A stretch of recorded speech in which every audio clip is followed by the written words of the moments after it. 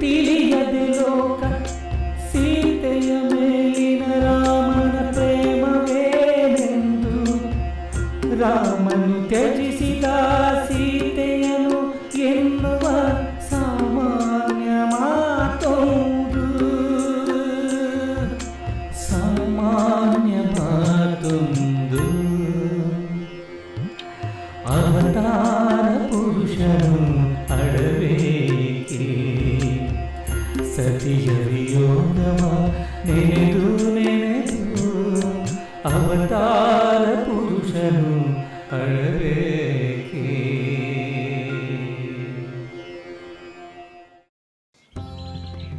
ಅಮ್ಮ ಅಮ್ಮ ನಮ್ಮನ್ನು ಆಶೀರ್ವದಿಸಮ್ಮ. ವಿಜಯಶಾಲಿಗಳಾಗಿ ಎಂದು ಹರಸಮ್ಮ.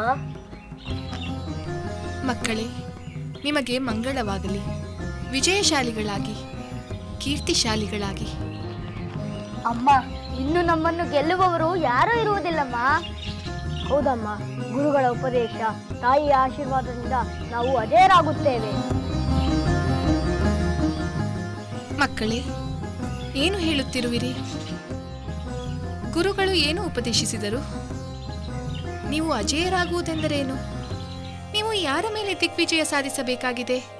ಅಮ್ಮ, ಈ ಮೊದಲೇ ನಮ್ಮ ಗುರುಗಳು ನಮಗೆ ವಾಗ್ದಾನ ಮಾಡಿದ್ದರಲ್ಲವೇ? ಯಾವ ವಾಗ್ದಾನ? ನಮಗೆ ದಿವ್ಯಾಸ್ತ್ರಗಳನ್ನು ಉಪದೇಶ ಮಾಡುವುದಾಗಿ ಅವರು ಹೇಳಿರಲಿಲ್ಲವೇ? ಹೌದು, ಹಾಗೆಂದು ನೀವೇ ಹೇಳಿದಿರಿ.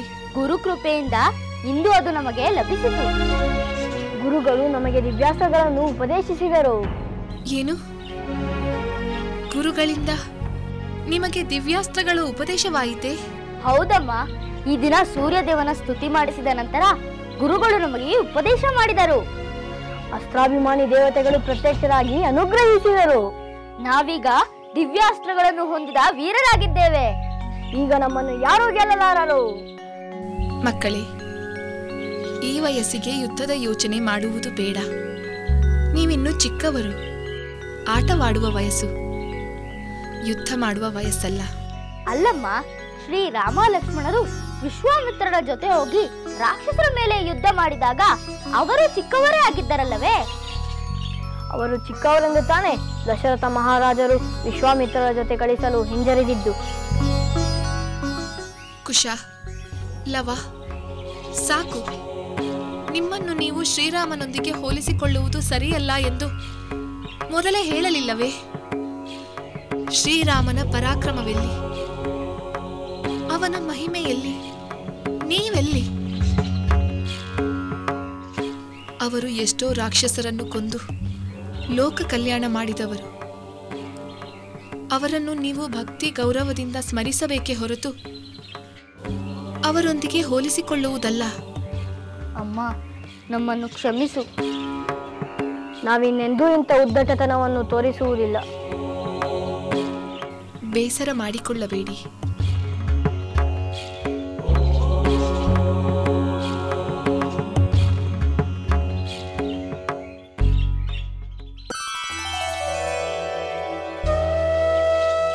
ಪೂಜ್ಯರಿಗೆ ಪ್ರಣಾಮಗಳು. ಸೌಮಿತ್ರಿ, ನಿನಗೆ ಮಂಗಳವಾಗಲಿ. ಕುಳಿತುಕೋ.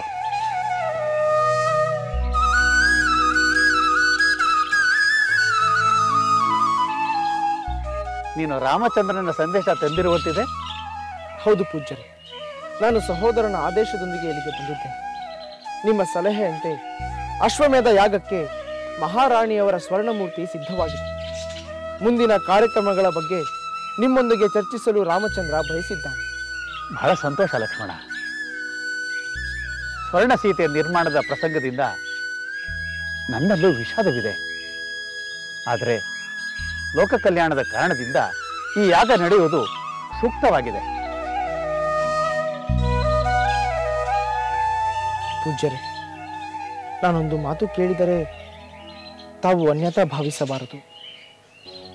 ಯಾಗದ ಫಲವಾಗಿ ಅರಣ್ಯದಲ್ಲೆಲ್ಲೋ ಅಜ್ಞಾತವಾಗಿ ಬೆಳೆಯುತ್ತಿರುವ ಶ್ರೀರಾಮನ ಸಂತಾನ ಅಯೋಧ್ಯೆಗೆ ಲಭ್ಯವಾಗುವ ಸಂಭವವೇನಾದರೂ ಇದೆಯೇ? ಲಕ್ಷ್ಮಣ, ನಿನಗೆ ಇನ್ನೊಂದು ವಿಷಯದ ನೆನಪಿದೆಯಲ್ಲವೇ? ಯಾವ ವಿಷಯ ಪೂಜ್ಯರೇ? ದೂರ್ವಾಸ ಮುನಿಗಳು ಹಾಗೂ ದಶರಥ ಮಹಾರಾಜರ ವಿಷಯ. ಹೌದು, ದಶರಥ ಮಹಾರಾಜರು ನಿಮ್ಮನ್ನು ಭೇಟಿ ಮಾಡಲು ಬಂದಾಗ ದೂರ್ವಾಸರು ಅಲ್ಲಿಯೇ ಇದ್ದರಂತೆ.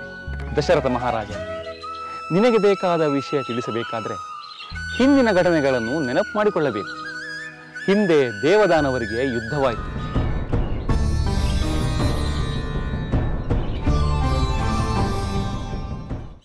ಹೌದು ಲಕ್ಷ್ಮಣ, ದೂರ್ವಾಸ ಮುನಿಗಳು ನನ್ನೊಂದಿಗೆ ಮಾತನಾಡುತ್ತಿರುವಾಗಲೇ ದಶರಥ ಮಹಾರಾಜರು ಅಲ್ಲಿಗೆ ಬಂದರು. ಆಗ ನಮ್ಮ ತಂದೆಯವರು ತಮ್ಮ ಮಕ್ಕಳ ಬಗ್ಗೆ, ರಾಮನ ಆಳ್ವಿಕೆಯ ಬಗ್ಗೆ, ಭವಿಷ್ಯದ ವಿಚಾರಗಳ ಬಗ್ಗೆ ಕೇಳಿದರಂತೆ. ಹೌದು ಲಕ್ಷ್ಮಣ, ದೂರ್ವಾಸ ಮುನಿಗಳು ಮಹಾರಾಜರಿಗೆ ಹಲವು ವಿಷಯಗಳನ್ನು ತಿಳಿಸಿದರು. ಅದರಲ್ಲಿ ರಾಮಚಂದ್ರನ ಸಂತಾನವು ಅಯೋಧ್ಯೆಯಲ್ಲಿ ಜನಿಸುವುದಿಲ್ಲ ಎಂಬುದು ಇತ್ತು. ಅಯೋಧ್ಯೆಯಲ್ಲಿ ಜನಿಸದಿದ್ದರೇನಂತೆ?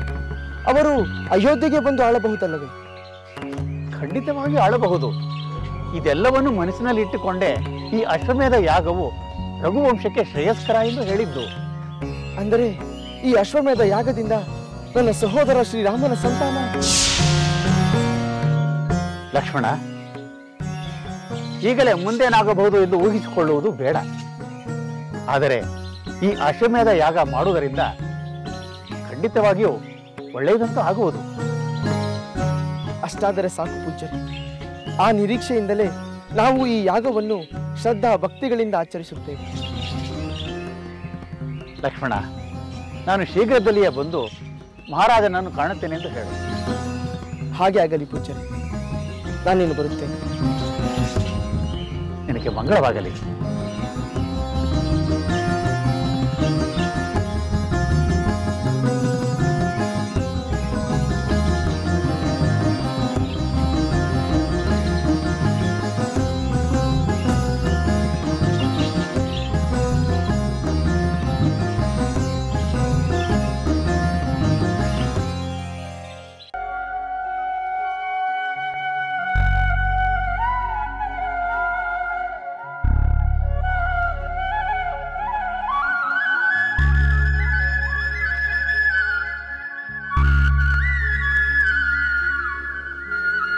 ಸೋದರ ರಾಮಚಂದ್ರ,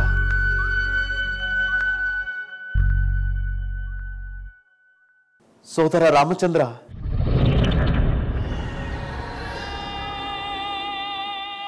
ಇದೇನಿದು ಸೋದರ? ಅತ್ತಿಗೆಯ ಸ್ವರ್ಣ ಮೂರ್ತಿಯ ಮುಂದೆ ಹೀಗೆ ಸಮಯದ ಪರಿವೆಯೇ ಇಲ್ಲದಂತೆ ಕುಳಿತು ಬಿಟ್ಟೆಯಲ್ಲ. ಭರತ, ನಾನು ಒಂದು ರೀತಿ ಭ್ರಾಂತಿಗೆ ಒಳಗಾಗಿದ್ದೇನೆ. ಈ ಮೂರ್ತಿಯನ್ನು ನೋಡುತ್ತಿದ್ದರೆ ನನ್ನ ಸೀತೆ ಎದುರಿಗಿರುವಂತೆ ಭಾಸವಾಗುತ್ತದೆ. ಆದರೆ ಮರುಕ್ಷಣವೇ ಅದು ನಿರ್ಜೀವ ಮೂರ್ತಿ ಆಗಿಬಿಡುತ್ತದೆ. ನನ್ನ ಸೀತೆಯೊಂದಿಗೆ ಕಳೆದ ಸುಂದರ ಕ್ಷಣಗಳನ್ನು ನೆನಪು ಮಾಡಿಕೊಳ್ಳುತ್ತಾ ನಾನು ಇಲ್ಲಿಯೇ ಕುಳಿತು ಬಿಟ್ಟೆ. ಸೋದರ, ನಿನ್ನಂತಹವನು ಇಂತಹ ಭ್ರಾಂತಿಗೆ ಒಳಗಾಗಬಹುದೇ? ಏಕೆ ಭರತ? ನಾನು ಭಾವನೆಗಳಿಲ್ಲದ ಬರಡು ಶಿಲೆ ಎಂದುಕೊಂಡಿರುವೆಯಾ? ನನ್ನ ಸೀತೆಯನ್ನು ನಾನೇ ದೂರ ಮಾಡಿ ಈಗ ಅವಳ ಮೂರ್ತಿಯನ್ನು ಮಾಡಿಸಿ ಮರುಗುತ್ತಿರುವುದು ನಾನೇ ಅಲ್ಲವೇ? ಸೋದರ, ಇದಕ್ಕೆ ಕಾರಣ ನಿನಗೆ ಅತ್ತಿಗೆಯ ಮೇಲಿರುವ ಅಪಾರವಾದ ಪ್ರೇಮ. ಆ ಪ್ರೇಮವೇ ಈ ಭ್ರಮೆಗೆ ಕಾರಣ.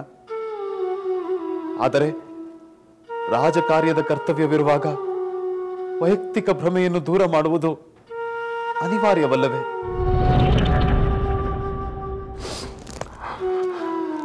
ನಿಜ ಭರತ, ನನಗೆ ರಾಜಕಾರ್ಯದ ಕರ್ತವ್ಯವಿದೆ. ರಾಜನಾದವರಿಗೆ ತನಗಾಗಿ ತಾನು ದುಃಖಿಸುವ ಸ್ವಾತಂತ್ರ್ಯವೂ ಇಲ್ಲವೆಂಬುದನ್ನು ನಾನು ಮರೆತಿದ್ದೆ. ಸೋದರ ರಾಮಚಂದ್ರ, ಈ ವಿಷಾದವನ್ನು ಬಿಡು. ಈಗ ಇಲ್ಲಿಂದ ಹೊರಗೆ ಬಾ. ಕೆಲವು ಪ್ರಜಾಪ್ರಮುಖರು ನಿನ್ನ ದರ್ಶನಕ್ಕಾಗಿ ಕಾದಿದ್ದಾರೆ. ದಯಮಾಡಿ ಅವರಿಗೆ ದರ್ಶನವನ್ನು ನೀಡು. ಆಗಲಿ ಭರತ, ಪ್ರಜಾಪ್ರಮುಖರನ್ನು ಭೇಟಿ ಮಾಡೋಣ. ನಡೆ.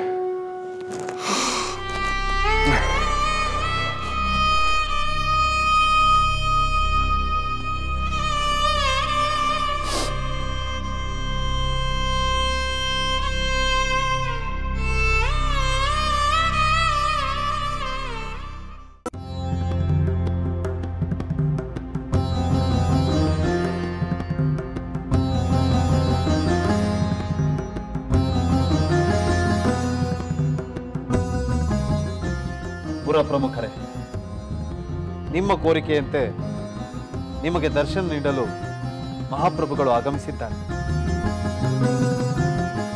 ಶ್ರೀರಾಮಚಂದ್ರ ಪ್ರಭುಗೆ ಶ್ರೀರಾಮಚಂದ್ರ ಪ್ರಭುಗೆ ಶ್ರೀರಾಮಚಂದ್ರ ಪ್ರಭುಗೆ. ಪ್ರಿಯ ಪ್ರಜಾಪ್ರಮುಖರೇ, ನಿಮ್ಮೆಲ್ಲರನ್ನು ಕಂಡು ನನಗೆ ಬಹಳ ಸಂತೋಷವಾಗಿದೆ. ನಿಮ್ಮಲ್ಲಿ ಯಾವುದಾದ್ರೂ ಕೋರಿಕೆ ಇದ್ದರೆ ಅದನ್ನು ನಿಸ್ಸಂಕೋಚವಾಗಿ ಯಾವ ಭೀತಿಯೂ ಇಲ್ಲದೆ ಹೇಳಿ. ಪ್ರಭು, ತಾವು ಅಶ್ವಮೇಧ ಯಾಗ ಮಾಡುತ್ತಿರುವ ವಿಷಯ ತಿಳಿದು ನಮ್ಮೆಲ್ಲರಿಗೂ ಅತ್ಯಾನಂದವಾಗಿದೆ. ಅಂತಹ ಮಹಾಯಾಗವನ್ನು ಮಾಡುವ ಸಾಮರ್ಥ್ಯ ನಿಮಗೆ ಮಾತ್ರ ಇದೆ ಎಂದು ನಮ್ಮ ನಂಬಿಕೆ. ಪ್ರಭು, ನಾವು ನಿಮ್ಮ ಆಳ್ವಿಕೆಯ ಈ ನಾಡಿನ ಪ್ರಜೆಗಳಾಗಿರುವುದೇ ನಮ್ಮ ಸೌಭಾಗ್ಯ. ಪ್ರಭು, ನೀವು ಮಾಡಲಿರುವ ಈ ಯಾಗದಲ್ಲಿ ಪ್ರಜೆಗಳೆಲ್ಲ ಸರ್ವ ರೀತಿಯಲ್ಲಿ ಭಾಗವಹಿಸಲು ಬಯಸುತ್ತಾರೆ. ಪ್ರಭು, ಪ್ರಿಯ ಪ್ರಜೆಗಳೇ, ನಿಮ್ಮೆಲ್ಲರಿಗೂ ನನ್ನ ಮೇಲಿರುವ ಪ್ರೀತಿ ಅಭಿಮಾನಗಳಿಗೆ ನಾನು ಋಣಿಯಾಗಿದ್ದೇನೆ. ಅಶ್ವಮೇಧ ಯಾಗ ನನಗಾಗಿ ಮಾತ್ರವಲ್ಲ, ನಿಮ್ಮೆಲ್ಲರಿಗಾಗಿ. ನೀವೆಲ್ಲರೂ ಪಾಲ್ಗೊಳ್ಳುವುದು ನನಗೆ ಸಂತೋಷದ ವಿಷಯ. ಅದು ನಮ್ಮೆಲ್ಲರ ಕರ್ತವ್ಯವೂ ಹೌದು. ಪ್ರಭು, ನಮ್ಮೆಲ್ಲರ ಮನಸ್ಸಿನಲ್ಲಿ ಒಂದು ವೇದನೆ ಇದೆ. ವೇದನೆಯೇ? ಹೌದು ಪ್ರಭು, ಅದನ್ನು ನೀವೇ ದೂರ ಮಾಡಬಲ್ಲಿರಿ. ಪ್ರಜೆಗಳೇ, ನಿಮ್ಮೆಲ್ಲರ ನೋವು ನಿವಾರಣೆಯೇ ನನ್ನ ಪರಮ ಕರ್ತವ್ಯವೆಂದು ನಾನು ನಂಬಿ ನಡೆಯುತ್ತಿದ್ದೇನೆ. ಅದೇನೆಂದು ಹೇಳಿ, ನಾನು ಖಂಡಿತ ಅದನ್ನು ನಿವಾರಣೆ ಮಾಡುತ್ತೇನೆ. ಪ್ರಭು, ನೀವು ನಮಗೆ ತಂದೆ ಇದ್ದಂತೆ, ಮಹಾರಾಣಿಯವರು ನಮಗೆ ತಾಯಿ ಇದ್ದಂತೆ. ನಮಗೆ ತಂದೆಯ ಪ್ರೇಮಾಧಾರಗಳು ಲಭ್ಯವಿವೆ, ಆದರೆ ತಾಯಿಯ ವಾತ್ಸಲ್ಯದಿಂದ ವಂಚಿತರಾಗಿದ್ದೇವೆ. ನಮ್ಮಂತ ಯಾರೋ ಅವಿವೇಕಿಯ ಮೂರ್ಖ ಮಾತಿನಿಂದ ಅವರು ಅರಣ್ಯದ ಪಾಲಾಗಬೇಕಾಯಿತು. ಮಕ್ಕಳ ಅವಿವೇಕವನ್ನು ಕ್ಷಮಿಸಿ ಮತ್ತೆ ಮಹಾರಾಣಿಯವರನ್ನು ಈ ಕೂಡಲೇ ಕರೆಸಿಕೊಳ್ಳಬೇಕು ಪ್ರಭು.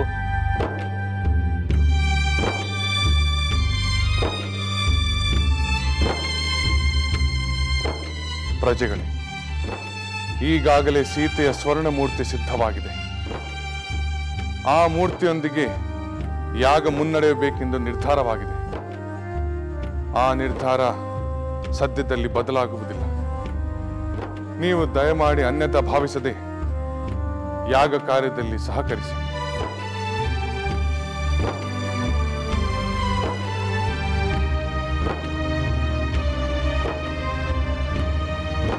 ನೀವು ನನ್ನೊಂದಿಗೆ ಬನ್ನಿ.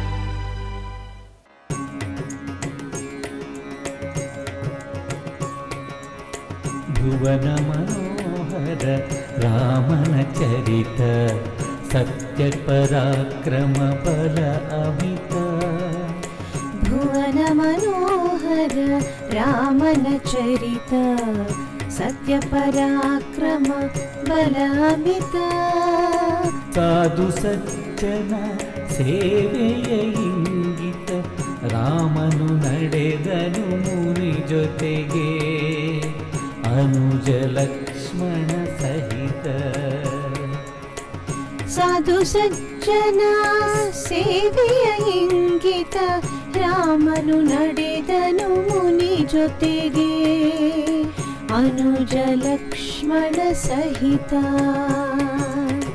ಭುವನ ಮನೋಹರ ರಾಮನ ಚರಿತ, ಸತ್ಯ ಪರಾಕ್ರಮ ಬಲಾಮಿತ.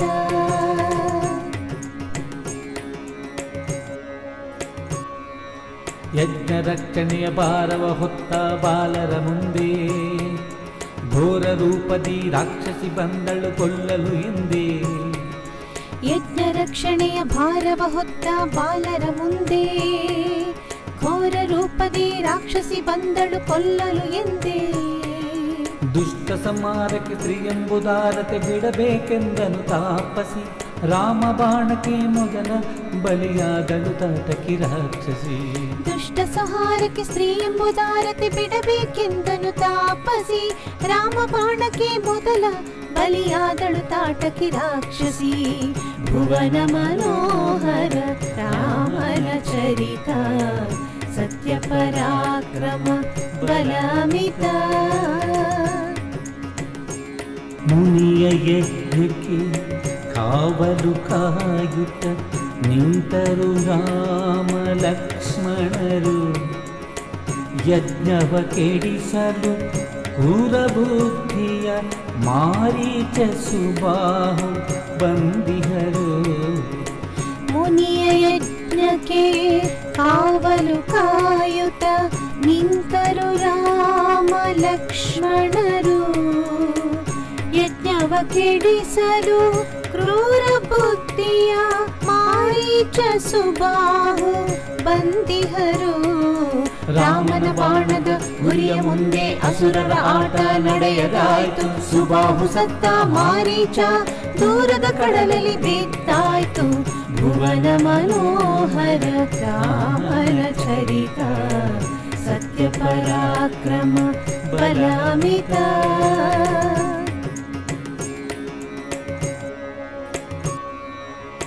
ದುಷ್ಟ ಸಂಹಾರ ಮುಗಿಯಲು ಮೂವರು ನಡೆದರು ಮಿಥಿಲೆಗೆ ಸಾಗಿ. ನಡುದಾರಿಯಲಿ ಆಶ್ರಮದಲ್ಲಿ ಇದ್ದಳು ಅಹಲ್ಯೆ ಕಲ್ಲಾಗಿ. ದುಷ್ಟ ಸಂಹಾರ ಮುಗಿಯಲು ಮೂವರು ನಡೆದರು ಮಿಥಿಲೆಗೆ ಸಾಗಿ. ನಡುದಾರಿಯಲಿ ಆಶ್ರಮದಲ್ಲಿ ಇದ್ದಳು ಅಹಲ್ಯೆ ಕಲ್ಲಾಗಿ. ರಾಮನ ದಿವ್ಯಾಗಮನದಿ ಅಹಲ್ಯೆ ಶಾಪ ವಿಮೋಚನೆಗೊಂಡಿತು. ನಾರಿಗೆ ಮೋಕ್ಷವ ದೊರಕಿಸಿ ರಾಮನ ದೈವ ಸ್ವರೂಪವು ಕಂಡಿತು. ರಾಮನ ದಿವ್ಯಾಗಮನದಿ ಅಹಲ್ಯೆ ಶಾಪ ವಿಮೋಚನೆಗೊಂಡಿತು. ನಾರಿಗೆ ಮೋಕ್ಷವ ದೊರಕಿಸಿ ರಾಮನ ದೈವ ಸ್ವರೂಪವು ಕಂಡಿತು. ಭುವನ ಮನೋಹರ ರಾಮನ ಚರಿತ, ಸತ್ಯ ಪರಾಕ್ರಮ ಬಲಾಮಿತ.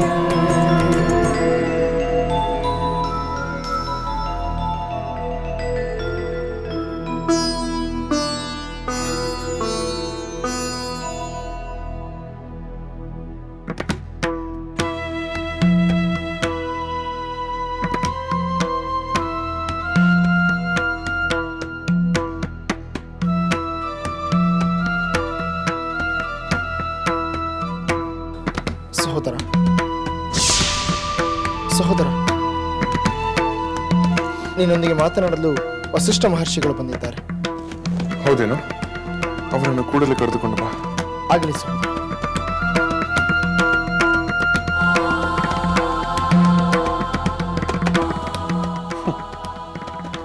ಸೀತೆ, ನೀನು ಕೂದಲಗುರುವನ್ನು ಕಂಡಾಗೆಲ್ಲ ಅವರಿಗೆ ನಮಸ್ಕರಿಸಿ ಅವರ ಆಶೀರ್ವಾದವನ್ನು ಪಡೆಯುತ್ತಿದ್ದೆ. ಆದರೆ ಈಗ ಅವರನ್ನು ಕಾಣಲು ಆಗದಂತೆ ಕೇವಲ ಜಡ ಪ್ರತಿಮೆಯಾಗಿ ಕುಳಿತು ಬಿಟ್ಟಿರುವೆ.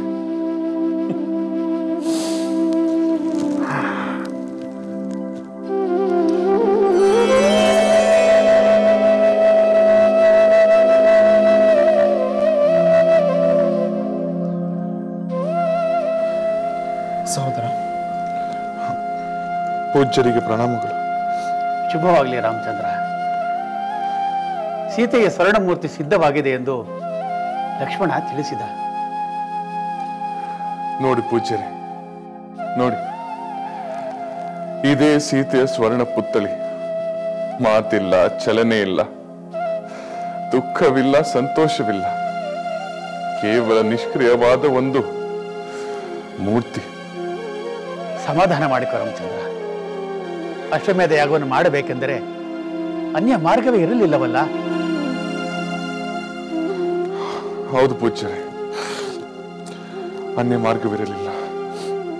ನಿನ್ನ ಮನಸ್ಸಿಗೆ ಎಷ್ಟು ನೋವಾಗುತ್ತದೆ ಎಂದು ನನಗೆ ಗೊತ್ತು ರಾಮಚಂದ್ರ. ಆದರೆ ನಿನ್ನ ಸಂಕಲ್ಪ ಸಫಲವಾಗಲು ಗಮನ ಕೊಡಲೇಬೇಕಲ್ಲವೇ? ನಿಜ ಪೂಜ್ಯರೇ, ನಾನು ಯಾಗದ ಕಡೆಗೆ ಗಮನ ಕೊಡಬೇಕು. ನಿಮ್ಮ ಮಾರ್ಗದರ್ಶನದಂತೆಯೇ ನಡೆಯುತ್ತೇನೆ. ಈಗ ಅಶ್ವಮೇಧ ಕುದುರೆಯ ವಿಶೇಷ ಗುಣಲಕ್ಷಣಗಳನ್ನು ತಿಳಿಸಿದರೆ ನಾವು ಅಂತಹ ಕುದುರೆಯನ್ನೇ ಶೋಧಿಸುತ್ತೇವೆ.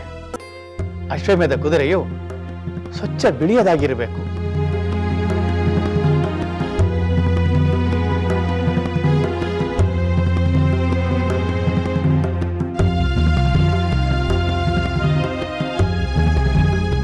ಹೀಗೆ ಎಲ್ಲ ಉತ್ತಮವಾದ ಗುಣಗಳನ್ನು ಹೊಂದಿದ್ದು ಕಾಂತಿಯುಕ್ತವಾಗಿರಬೇಕು. ಲಕ್ಷ್ಮಣ, ಅಂತಹ ಲಕ್ಷಣಗಳ ಕುದುರೆ ನಮ್ಮ ಅಶ್ವಶಾಲೆಯಲ್ಲೇ ಇದೆ ಎಂದು ಹುಡುಕಬೇಕು. ಇಲ್ಲವಾದರೆ ಎಲ್ಲಿದ್ದರೂ ಹುಡುಕಿ ತರಬೇಕು. ಹಾಗೆ ಆಗಿದೆ. ಮೊದಲು ನಮ್ಮ ಅಶ್ವಶಾಲೆಯಲ್ಲೇ ಶೋಧಿಸುತ್ತೇನೆ. ಪೂಜ್ಯರೇ, ಅಶ್ವಶೋಧನೆ ಆದ ಮೇಲಿನ ಕಾರ್ಯವೇನು? ರಾಮಚಂದ್ರ, ವೈಶಾಖ ಶುದ್ಧ ಪೂರ್ಣಿಮೆ ದಿನ ಅದಕ್ಕೆ ವಿಧಿವತ್ತಾಗಿ ಪೂಜಿಸಬೇಕು. ನಂತರ ಅದರ ಹಣೆಯ ಮೇಲೆ ನಿನ್ನ ಶಕ್ತಿ ಸಾಮರ್ಥ್ಯದ ಬಗ್ಗೆ, ನಿನ್ನ ಸಾರ್ವಭೌಮತ್ವವನ್ನು ಒಪ್ಪುವವರು ಶರಣಾಗಬೇಕು. ಹಾಗೆಯೇ ಅಶ್ವವನ್ನು ಕಟ್ಟಿ ಹಾಕಿದವರು ಯುದ್ಧಕ್ಕೆ ಅಣಿಯಾಗಬೇಕು ಎಂದು ಬರೆಸಬೇಕು. ಹಾಗೆ ಆಗಲಿ ಪೂಜ್ಯರೇ. ಆನಂತರ ಅದು ಯಜ್ಞದ ಅಶ್ವವಾಗಿ ಸಂಚಾರ ಹೊರಡುವುದು. ಅದರ ಬೆಂಗಾವಲಿಗೆ ನಿನ್ನ ಸೈನ್ಯ ಸಾಗಬೇಕು. ಅದನ್ನು ಯಾರಾದರೂ ಕಟ್ಟಿ ಹಾಕಿದರೆ ಅವರೊಡನೆ ಯುದ್ಧ ಮಾಡಿ ಅದನ್ನು ಬಿಡಿಸಿಕೊಂಡು ಬರಲು ಸಿದ್ಧರಾಗಿರಬೇಕು. ಯಾಗಕರ್ತೃವು ದೀಕ್ಷಾಬದ್ಧನಾಗಿ ಬ್ರಹ್ಮಚರ್ಯ ವ್ರತದಲ್ಲಿದ್ದು ಯಥೇಚ್ಛವಾಗಿ ದಾನ ಧರ್ಮಗಳನ್ನು ಮಾಡಬೇಕು. ಹಾಗೆ ಆಗಲಿ ಪೂಜ್ಯರೇ. ಒಂದು ಭಿನ್ನಹ. ಅದೇನು ಹೇಳು ರಾಮಚಂದ್ರ?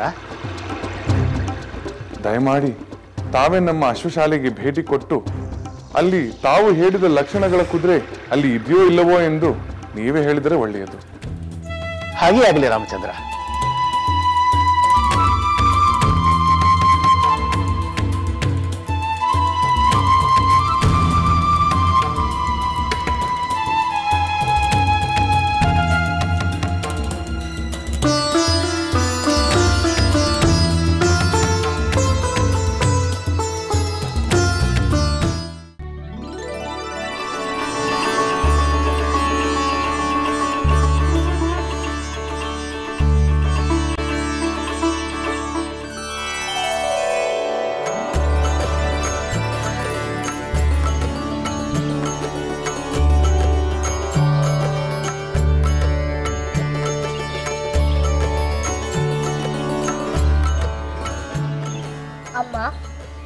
ಕಾಡಿನಲ್ಲಿ ಸಮ್ಮಿತ್ತುಗಳನ್ನು ತರುವ ಕಾರ್ಯ ನಮ್ಮಿಬ್ಬರದ್ದಾಗಿದೆ. ನಾವು ಕಾಡಿನಲ್ಲಿ ಅಲೆದಾಡಿ ಸಮ್ಮಿತ್ತುಗಳನ್ನು ತರುತ್ತೇವೆ. ಸಮಿತ್ತು ತರುವುದೇನೋ ಸರಿ, ಆದರೆ ಕಾಡಿನಲ್ಲಿ ಅಲೆದಾಡುವಾಗ ಎಚ್ಚರವಿರಲಿ. ಆತಂಕಬೇಕಮ್ಮ. ನಮ್ಮ ಆಶ್ರಮದ ಸುತ್ತಮುತ್ತ ಇರುವ ಪ್ರಾಣಿಗಳೆಲ್ಲ ಸಾತ್ವಿಕವಾಗಿವೆ, ಸ್ನೇಹ ಭಾವದಿಂದಿವೆ. ಅದು ನಮ್ಮ ಗುರುಗಳ ತಪಸ್ಸಿನ ಮಹಿಮೆ. ಹೌದು ಮಕ್ಕಳೇ, ಗುರುಗಳ ತಪೋ ಮಹಿಮೆಯಿಂದ ಕ್ರೂರ ಮೃಗಗಳು ಸಾಧುಗಳಾಗಿವೆ. ಆದರೆ ಮೃಗಗಳ ರೂಪದಲ್ಲಿ ರಾಕ್ಷಸರು ಬಂದರೆ? ಈಗ ಯಾವ ರಾಕ್ಷಸರೂ ಇಲ್ಲಮ್ಮ. ಆ ರಾಮಚಂದ್ರ ಪ್ರಭುವೇ ಎಲ್ಲಾ ರಾಕ್ಷಸರನ್ನು ಸಂಹಾರ ಮಾಡಿದ್ದಾನೆ ಎಂದು ಗುರುಗಳು ಹೇಳಿದ್ದರಲ್ಲವೇ? ಅದು ಸರಿ ಮಕ್ಕಳೇ, ಆದರೆ ಈ ಬಿಲ್ಲು ಬಾಣಗಳನ್ನು ಏಕೆ ತೆಗೆದುಕೊಂಡು ಹೋಗಬೇಕು? ನಮಗೇನು ಇವುಗಳ ಅಗತ್ಯವಿಲ್ಲ. ಆದರೆ ನಾವು ಮಕ್ಕಳು ಎಂದು ಹಗುರವಾಗಿ ಭಾವಿಸಿ ದರ್ಪ ತೋರಿದರೆ, ಅವರಿಗೆ ನಮ್ಮ ಸಾಮರ್ಥ್ಯವನ್ನು ತೋರಿದರೆ ತಪ್ಪೇನು? ಬರೀ ಅಷ್ಟೇ ಅಲ್ಲ ಮಕ್ಕಳೇ, ನಿಮ್ಮ ಅಭಿಮಾನಕ್ಕೆ ಭಂಗ ಬಂದಾಗ ನೀವು ಪೂಜ್ಯ ಭಾವನೆ ಇರಿಸಿಕೊಂಡ ಯಾರನ್ನೇ ಅಪಮಾನಿಸಿದರೂ ನಿಮ್ಮ ಶಕ್ತಿ ಪ್ರದರ್ಶನವನ್ನು ಮಾಡಬಹುದು. ಅಂದರೆ ನಾವು ಬಿಲ್ಲು ಬಾಣಗಳನ್ನು ತೆಗೆದುಕೊಂಡು ಹೋದರೆ ತಪ್ಪಿಲ್ಲ ಅಲ್ಲವೇ? ತಪ್ಪಿಲ್ಲ. ಆದರೆ ನೀವು ಏನೇ ಮಾಡಬೇಕಾದರೂ ಅದನ್ನು ಗುರುಗಳಿಗೆ ತಿಳಿಸಿ ಅವರ ಅನುಮತಿಯನ್ನು ಪಡೆದು ಮುಂದಿನ ಕಾರ್ಯವನ್ನು ಮಾಡಬೇಕು. ಹಾಗೇ ಆಗಲಿ ಮಾತೆ, ನಾವಿನ್ನು ಬರ್ತೇವೆ.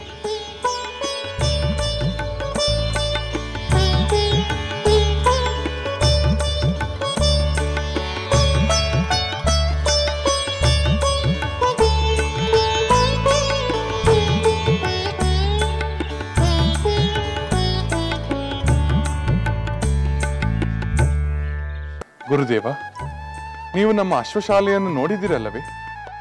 ಅಶ್ವಮೇಧ ಯಾಗಕ್ಕೆ ಸೂಕ್ತವಾದ ಲಕ್ಷಣಗಳ ಅಶ್ವ ಅಲ್ಲಿ ಇದೆಯೇ? ರಾಮಚಂದ್ರ, ನಿನ್ನ ಅಶ್ವಶಾಲೆಯು ಅತ್ಯುತ್ತಮ ಅಶ್ವಗಳಿಂದ ತುಂಬಿದೆ. ಎಲ್ಲವೂ ಉತ್ತಮ ವಂಶದ ಅಶ್ವಗಳಂತೆ ಶ್ರೇಷ್ಠವಾಗಿವೆ. ಎಲ್ಲವೂ ನನ್ನ ತಂದೆ ದಶರಥ ಮಹಾರಾಜರೇ ಮೊದಲಾದ ನಮ್ಮ ಹಿರಿಯರು ಗಳಿಸಿಟ್ಟ ಸಂಪತ್ತು ಪೂಜ್ಯರೇ. ಹೌದು ರಾಮಚಂದ್ರ, ರಘುವಂಶದ ಕೀರ್ತಿಯ ಒಂದು ಭಾಗ ಅವರ ಚದುರಂಗ ಸೇನೆ. ಕೆಂಪು, ಕಪ್ಪು, ಹೊಂಬಣ್ಣ, ಚಿತ್ರವರ್ಣದ ಅಶ್ವಗಳನ್ನು ಕಂಡು ನನಗೆ ವಿಸ್ಮಯವಾಯಿತು. ಗುರುದೇವ, ಅಶ್ವಮೇಧ ಯಾಗಕ್ಕೆ ಬೇಕಾದ ಕುದುರೆ ನಮ್ಮ ಅಶ್ವಶಾಲೆಯಲ್ಲಿ ಇದೆಯೇ? ನಿಜ ರಾಮಚಂದ್ರ, ನಾನು ಹೇಳಿದ ಸರ್ವ ಲಕ್ಷಣಗಳುಳ್ಳ ಹಲವಾರು ಅಶ್ವಗಳು ನಿನ್ನ ಅಶ್ವಶಾಲೆಯಲ್ಲಿವೆ. ಅವುಗಳಲ್ಲಿ ಒಂದನ್ನು ಆರಿಸೋಣ. ಆಗಲಿ ಗುರುದೇವ, ತಾವು ಸೂಚಿಸಿದ ಕುದುರೆಯನ್ನೇ ನಾನು ಯಾಗಕ್ಕೆ ಸಿದ್ಧಪಡಿಸುತ್ತೇನೆ. ರಾಮಚಂದ್ರ, ನೀನು ಆರಂಭ ಮಾಡಿರುವ ಈ ಅಶ್ವಮೇಧ ಯಾಗ ಸುಲಲಿತವಾಗಿ ನಿರ್ವಿಘ್ನವಾಗಿ ನೆರವೇರುವುದರಲ್ಲಿ ಯಾವ ಸಂದೇಹವೂ ಇಲ್ಲ. ರಾಮಚಂದ್ರ, ಹೀಗೆ ಹಲವಾರು ಯಜ್ಞ ಯಾಗಾದಿಗಳನ್ನು ಮಾಡಿ ಕೀರ್ತಿಶಾಲಿಯಾಗು. ಎಲ್ಲವೂ ತಮ್ಮ ಅನುಗ್ರಹ ಗುರುದೇವ. ಈ ಯಾಗಕ್ಕೆ ಅನ್ಯ ಮಹರ್ಷಿಗಳನ್ನು ಆಹ್ವಾನಿಸಬೇಕಲ್ಲವೇ? ಹೌದು, ಋಷಿ ಮುನಿಗಳು, ತಪಸ್ವಿಗಳು, ರಾಜ ಮಹಾರಾಜರು ಬಂದು ಸೇರಿದರೆ ಆ ಯಜ್ಞಕ್ಕೆ ಒಂದು ಕಳೆ. ನಾನು ನನ್ನ ಶಿಷ್ಯರ ಮೂಲಕ ಋಷಿ ಮುನಿಗಳನ್ನು, ವಿಪ್ರರನ್ನು, ತಪಸ್ವಿಗಳನ್ನು ಕರೆಸುತ್ತೇನೆ. ಗೋದಾನ, ಭೂದಾನ, ಸುವರ್ಣದಾನ ಯಥೇಚ್ಛವಾಗಿ ಸಾಗಲಿ. ರಾಮಚಂದ್ರ, ನಾನಿನ್ನು ಹೊರಡುತ್ತೇನೆ. ಮತ್ತೆ ಬಂದು ಯಜ್ಞ ಭೂಮಿಯನ್ನು ಆಯ್ಕೆ ಮಾಡಿ ಯಜ್ಞಕುಂಡದ ರಚನೆಯ ಬಗ್ಗೆ ವಿವರಿಸುತ್ತೇನೆ. ಧನ್ಯೋಸ್ಮಿ ಗುರುದೇವ, ಧನ್ಯೋಸ್ಮಿ. ಶುಭವಾಗಲಿ.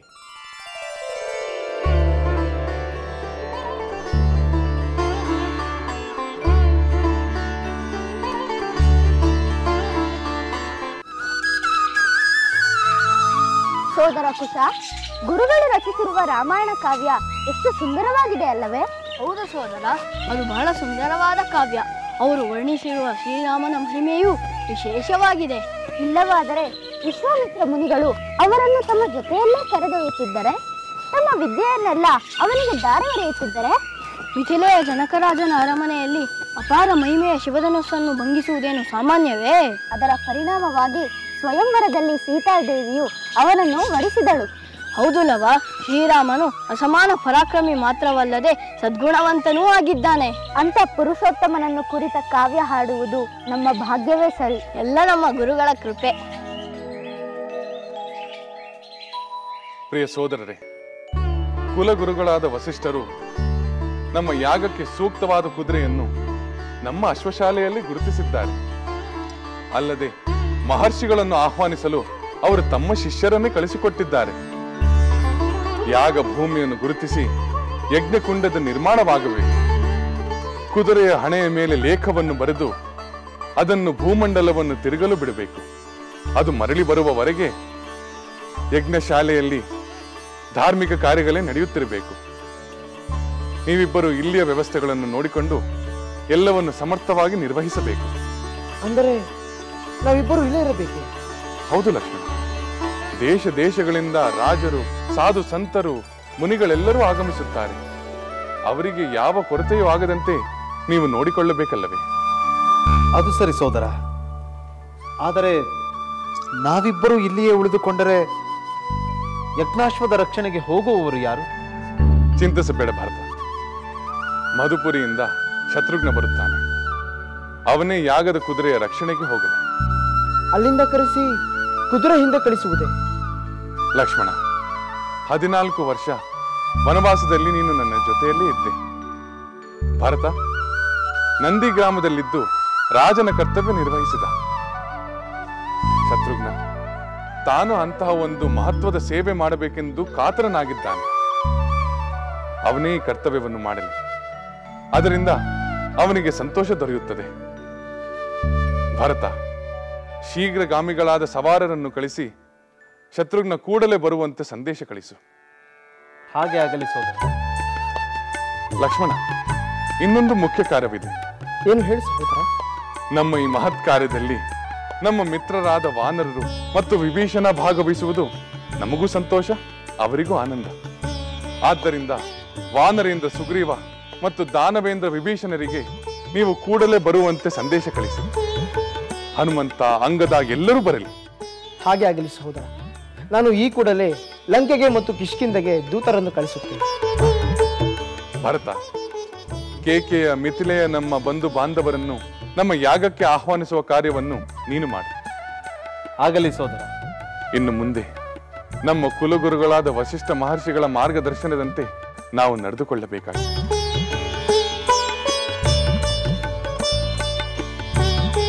ನಿಮ್ಮ ಗುರುಗಳಾದ ವಸಿಷ್ಠರ ನೇತೃತ್ವದಲ್ಲಿ ಶ್ರೀರಾಮಚಂದ್ರನಿಂದ ಅಶ್ವಮೇಧ ಯಾಗ ನಡೆಯುತ್ತದೆ ಎಂದರೆ ಅದು ವಿಶೇಷವಾಗಿಯೇ ಇರುತ್ತದೆ. ಹೌದು ಮುನೀಂದ್ರ, ಅದಕ್ಕಾಗಿ ವಿಶೇಷವಾದ ಸಿದ್ಧತೆಗಳು ನಡೆಯುತ್ತಿದೆ. ಅಶ್ವಮೇಧ ಯಾಗವು ಯಶಸ್ವಿಯಾಗಿ ವಿಜೃಂಭಣೆಯಿಂದ ನಡೆಯಬೇಕೆಂದು ಎಲ್ಲರ ಅಭಿಲಾಷೆ. ಈ ಮಹಾಯೋಗಕ್ಕಾಗಿ ಎಲ್ಲ ಕಡೆಯಿಂದ ಮುನಿಶ್ರೇಷ್ಠರನ್ನು ಮಹಾತ್ಮರನ್ನು ಕೂಡಲೇ ಬರಮಾಡಿಕೊಳ್ಳಬೇಕೆಂದು ಪ್ರಭುಗಳು ಮತ್ತು ನಮ್ಮ ಗುರುಗಳು ಇಚ್ಛಿಸಿದ್ದಾರೆ. ಬಹಳ ಒಳ್ಳೆಯ ಆಲೋಚನೆ. ಮುನಿಗಳು ತಪಸ್ವಿಗಳು ಒಂದೆಡೆ ಸೇರಿ ಅವರಿಂದ ಅನುಗ್ರಹ ಆಶೀರ್ವಾದಗಳನ್ನು ಪಡೆಯುವುದು ಅತ್ಯಂತ ಶ್ರೇಯಸ್ಕರ. ಅದಕ್ಕಾಗಿಯೇ ಶಿಷ್ಯರೆಲ್ಲ 8 ದಿಕ್ಕುಗಳಿಗೂ ಋಷ್ಯಾಶ್ರಮಗಳಿಗೆ ಸಂದೇಶ ಹೊತ್ತು ಹೊರಟಿದ್ದಾರೆ. ನಮಗಿನ್ನು ಅನುಮತಿ ಕೊಟ್ಟರೆ ನಾವು ಹೊರಡುತ್ತೇವೆ. ಹೋಗಿ ಬನ್ನಿ.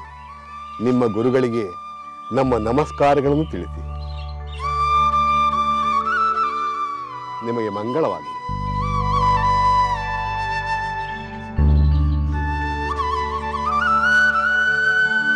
ಗುರುಗಳೇ,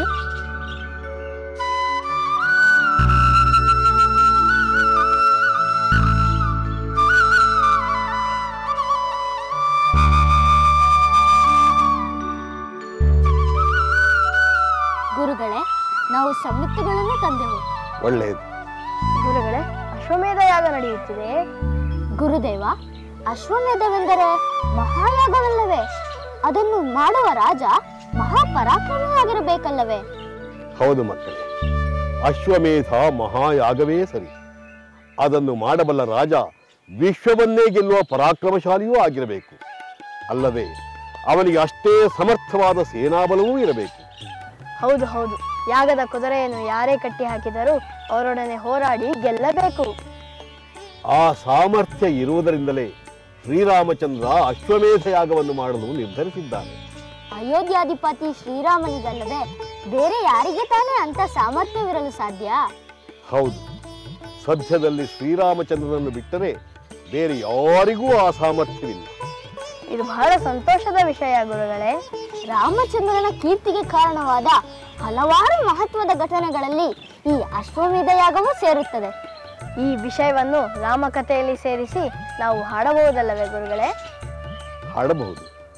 ಅಲ್ಲದೆ ನನ್ನಿಂದ ಕಲಿತ ರಾಮಾಯಣ ಕಾವ್ಯವನ್ನು ಅಶ್ವಮೇಧ ಯಾಗದ ಸಂದರ್ಭದಲ್ಲಿ ರಾಮರಾಜ್ಯದಲ್ಲಿ ಹಾಡಿ ಪ್ರಚಾರ ಮಾಡುವುದು ಅತ್ಯಂತ ಸೂಕ್ತವಾಗಿದೆ. ಅದಕ್ಕೆ ನಾವು ಸಿದ್ಧರಾಗಿದ್ದೇವೆ ಗುರುಗಳೇ. ನೀವು ಅಪ್ಪಣೆ ಕೊಟ್ಟರೆ ನಾವು ಈಗಲೇ ಹೊರಟು ರಾಮರಾಜ್ಯದಲ್ಲಿ ಸಂಚಾರ ಮಾಡುತ್ತೇವೆ. ಹಾ, ಸಾವಧಾನ ಸಾವಧಾನ. ಇಷ್ಟೊಂದು ಆತರ ಬೇಡ. ನೀವು ಯಾವಾಗ ಹೊರಡಬೇಕು, ಎಲ್ಲೆಲ್ಲಿ ಹಾಡಬೇಕು, ಯಾರೊಂದಿಗೆ ಹೇಗೆ ನಡೆದುಕೊಳ್ಳಬೇಕು ಎಂಬುದನ್ನು ನಾವು ತಿಳಿಸುತ್ತೇವೆ. ಹಾಗೆ ಆಗಲಿ ಗುರುಗಳೇ.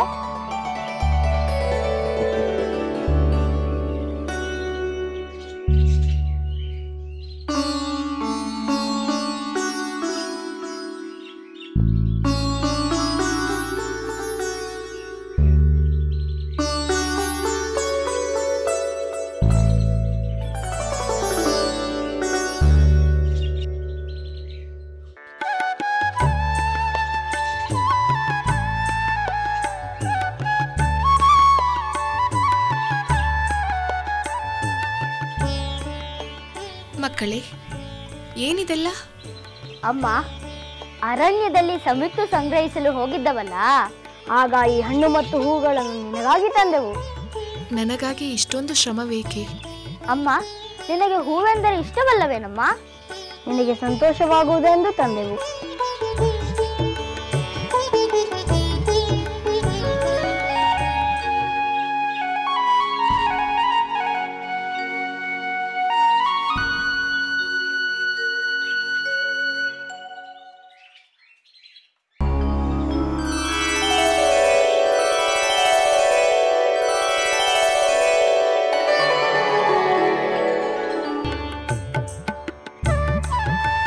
ಅಮ್ಮ, ಅಮ್ಮ,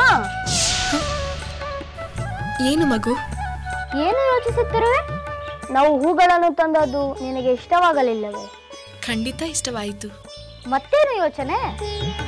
ಹಿಂದೊಮ್ಮೆ ಇಂಥ ಹೂಗಳನ್ನು ನೋಡಿದ ನೆನಪಾಯಿತು ಅಷ್ಟೇ. ಅಮ್ಮ, ಗುರುಗಳು ರಾಮಾಯಣ ಕಾವ್ಯ ಪ್ರಚಾರಕ್ಕೆ ನಾವು ರಾಮರಾಜ್ಯದಲ್ಲಿ ಸಂಚಾರ ಮಾಡುವಂತೆ ಹೇಳಿದ್ದಾರೆ. ನಾವು ಅಲ್ಲಿಗೆ ಹೋದಾಗ ನಿನಗೆ ಇಷ್ಟವೇನೆಂದು ಹೇಳಿದರೆ ತಂದು ಕೊಡುತ್ತೇವೆ. ಹೌದಮ್ಮ, ಈಗ ಅಶ್ವಮೇಧ ಯಾಗ ನಡೆಯುತ್ತಿದೆ. ರಾಮರಾಜ್ಯ ದೇಶ ವಿದೇಶದ ಜನರಿಂದ ತುಂಬಿರುತ್ತದೆ. ಅಪರೂಪದ ವಸ್ತುಗಳಿದ್ದರೆ ತರಬಹುದು. ಮಕ್ಕಳೇ, ಇದೇನಿದು? ನೀವು ರಾಮರಾಜ್ಯಕ್ಕೆ ಹೋಗುತ್ತಿರುವಿರಾ? ಅಲ್ಲಿ ಯಾಗ ನಡೆಯುತ್ತಿದೆಯೇ?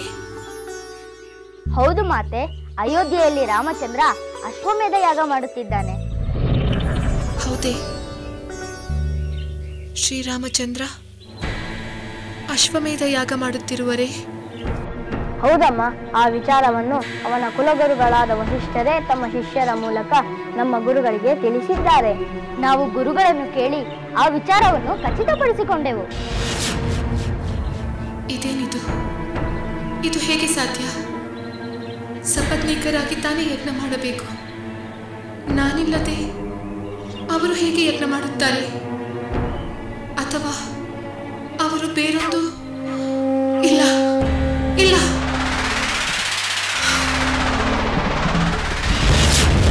ಅಮ್ಮ ಅಮ್ಮ ಅಮ್ಮ ಅಮ್ಮ ಅಮ್ಮ ಎದ್ದೇಳಮ್ಮ, ಅಮ್ಮ ಮಾತಾಡಮ್ಮ, ಅಮ್ಮ ಎದ್ದೇಳಮ್ಮ, ಅಮ್ಮ ಅಮ್ಮ ಅಮ್ಮ.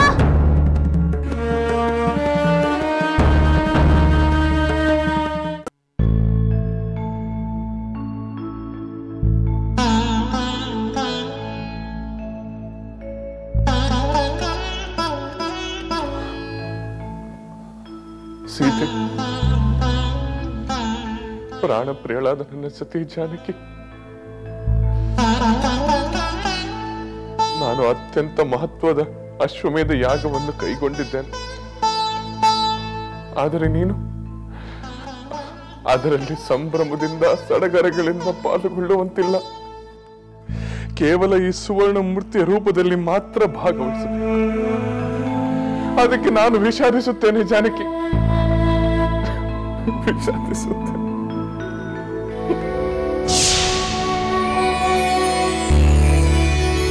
ಸೀತೆ, ಸೀತೆ,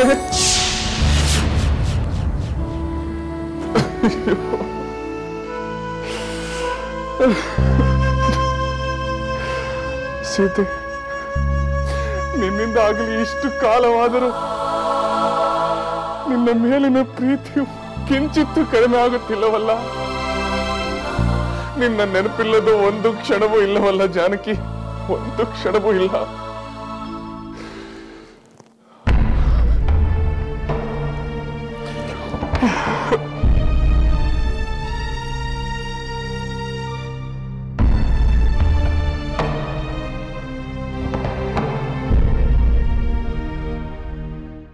ಗುರುಗಳೇ ಗುರುಗಳೇ, ಅಮ್ಮ ಎಚ್ಚರ ತಪ್ಪಿ ಬಿದ್ದಿದ್ದಾಳೆ. ಏಕೆ ಮಕ್ಕಳೇ, ಏನಾಯ್ತು? ನಿಮ್ಮ ತಾಯಿಗೆ ನೀವು ಏನನ್ನಾದರೂ ಹೇಳಿದಿರಾ? ಹೌದು ಗುರುಗಳೇ, ಹೇಳಿದೆವು. ಏನನ್ನು ಹೇಳಿದಿರಿ? ರಾಮಚಂದ್ರ ಪ್ರಭು ಅಯೋಧ್ಯೆಯಲ್ಲಿ ಅಶ್ವಮೇಧ ಯಾಗವನ್ನು ಮಾಡುತ್ತಿರುವ ವಿಷಯವನ್ನು ಹೇಳಿದೆವು. ನಾವು ಅಲ್ಲಿ ಹೋಗಿ ರಾಮಾಯಣವನ್ನು ಹಾಡುತ್ತೇವೆ ಎಂದು ಹೇಳಿದೆವು. ಅದನ್ನು ಕೇಳಿ ಅಮ್ಮನ ಮುಖ ಗಂಭೀರವಾಯಿತು. ಯಾವುದೋ ಚಿಂತೆಯಿಂದ ಕಣ್ಣು ಮುಚ್ಚಿ ಎಚ್ಚರ ತಪ್ಪಿದಳು ಗುರುಗಳೇ.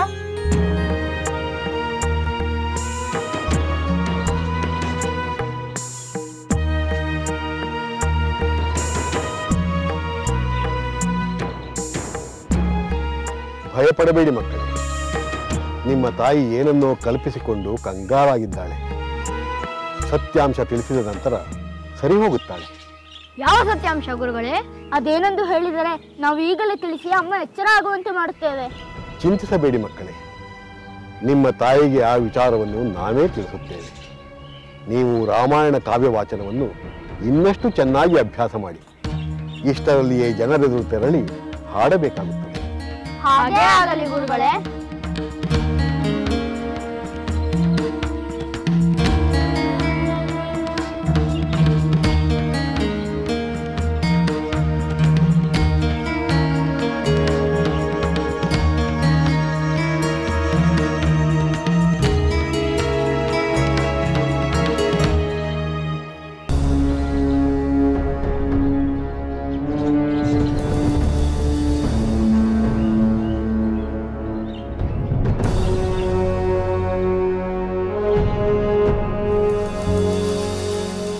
ಮಗಳೇ ಸೀತೆ,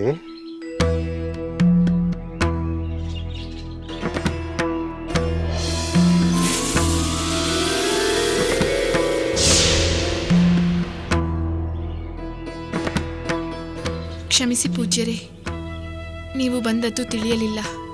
ಮಗಳೇ, ನಿನ್ನ ಮಕ್ಕಳು ಬಂದು ಹೇಳಿದಾಗಲೇ ನೀನಾವುದೋ ಚಿಂತೆಯನ್ನು ಸಹಿಸಲಾರದೆ ಪ್ರಜ್ಞೆ ತಪ್ಪಿದ್ದೀಯಾ ಎಂಬುದು ನಮಗೂ ಅರ್ಥವಾಯಿತು. ತಾಯಿ, ಅಂಥ ಚಿಂತೆ ಏನಿದೆ ಹೇಳು. ಲವಕುಶರು ಅಯೋಧ್ಯೆಯಲ್ಲಿ ಅಶ್ವಮೇಧ ಯಾಗ ನಡೆಯುವ ವಿಷಯವನ್ನು ಹೇಳಿದರು. ಅದು ನಿಜ ಮಗಳೇ.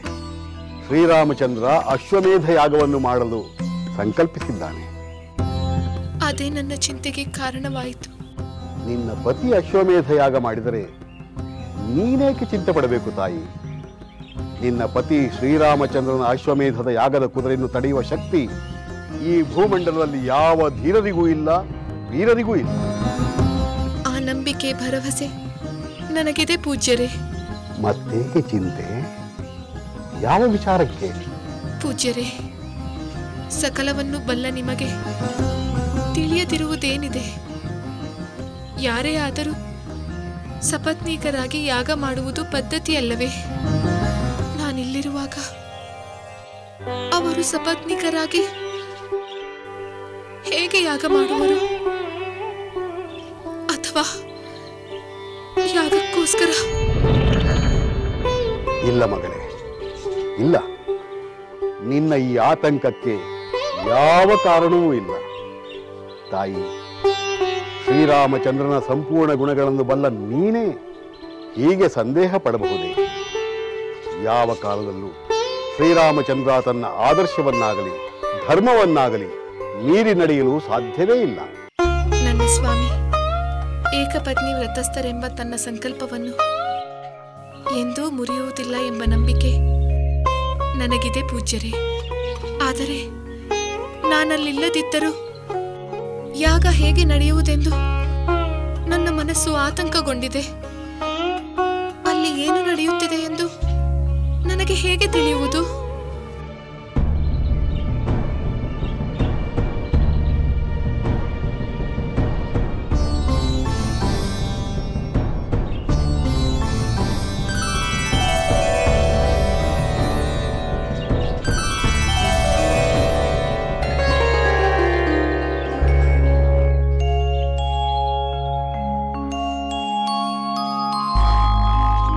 ಮಗಳೇ ಸೀತೆ, ನೀನು ಆ ಯಜ್ಞದಲ್ಲಿ ಪಾಲ್ಗೊಳ್ಳುತ್ತೀಯ?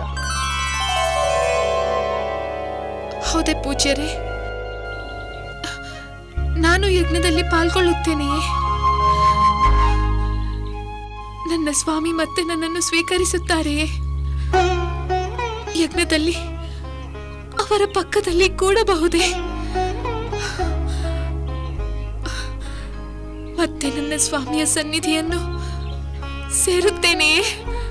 ನೀನು ಈಗಾಗಲೇ ರಾಮನ ಸನ್ನಿಧಿಯಲ್ಲಿರುವೆ. ನಾನು ಇಲ್ಲೇ ಇರುವೆನಲ್ಲ. ನೀನು ಇಲ್ಲಿಯೂ ಇರುವೆ, ಅಲ್ಲೂ ಇರುವೆ. ಅದು ಹೇಗೆ ಸಾಧ್ಯ ಪೂಜ್ಯರೇ? ನೀನಲ್ಲಿ ಸ್ವರ್ಣಮೂರ್ತಿಯ ರೂಪದಲ್ಲಿರುವೆ. ಏನು ಸ್ವರ್ಣಮೂರ್ತಿಯ ರೂಪವೇ? ಹೌದು ತಾಯಿ. ಈಗಾಗಲೇ ಶ್ರೀರಾಮಚಂದ್ರ ನಿನ್ನ ಸ್ವರ್ಣಮೂರ್ತಿಯನ್ನು ಮಾಡಿಸಿದ್ದಾನೆ. ಅದರ ಜೊತೆಯಲ್ಲಿ ಯಜ್ಞ ಕಾರ್ಯ ಸಾಂಗವಾಗಿ ನೆರವೇರುತ್ತದೆ. ಪೂಜ್ಯರೇ, ನಾನು ಜೀವಂತವಾಗಿರುವಾಗಲೇ ನನ್ನ ಬಂಗಾರದ ಮೂರ್ತಿಯೊಡನೆ ಯಜ್ಞ ಮಾಡಬಹುದೇ? ಮಾಡಬಹುದು ತಾಯಿ. ಇದರಿಂದ ಶ್ರೀರಾಮನ ಯಜ್ಞ ಕಾರ್ಯವೂ ಸುಸೂತ್ರವಾಗಿ ನಡೆಯುತ್ತದೆ. ಆತನ ಏಕಪತ್ನಿ ವ್ರತಕ್ಕೂ ಯಾವುದೇ ಭಂಗ ಬರುವುದಿಲ್ಲ. ನಿಮ್ಮ ಮಾತು ನಿಜ ಪೂಜ್ಯರೇ. ಎಂದೆಂದಿಗೂ ಈ ಸೀತೆಯೊಬ್ಬಳೆ ಶ್ರೀರಾಮನ ಸತಿ. ತಾಯಿ, ಈಗ ಸಮಾಧಾನವಾಯಿತಲ್ಲವೇ? ಸಮಾಧಾನವೆಂದು ಹೇಗೆ ಹೇಳಲಿ ಪೂಜ್ಯರೇ? ನಾನಿರುವಾಗಲೇ ನನ್ನ ಬಂಗಾರದ ಮೂರ್ತಿಯೊಂದಿಗೆ ಯಾಗ ಮಾಡುತ್ತಿರುವುದಕ್ಕೆ ಸಂತೋಷ ಪಡಬೇಕು, ಸಂಕಟ ಪಡಬೇಕು ತಿಳಿಯುತ್ತಿಲ್ಲ. ಸಕಲವೂ ಶುಭವಾಗುತ್ತದೆ. ಆದರೆ ನಿನ್ನ ಸಂತೋಷವನ್ನಾಗಲಿ ಸಂಕಟವನ್ನಾಗಲಿ ನಿನ್ನ ಮಕ್ಕಳಿಗೆ ತಿಳಿಸುವುದು ಬೇಡ. ಆಗಲಿ ಪೂಜ್ಯರೇ, ಅವರಿಗೆ ನಾನು ಏನನ್ನೂ ಹೇಳುವುದಿಲ್ಲ.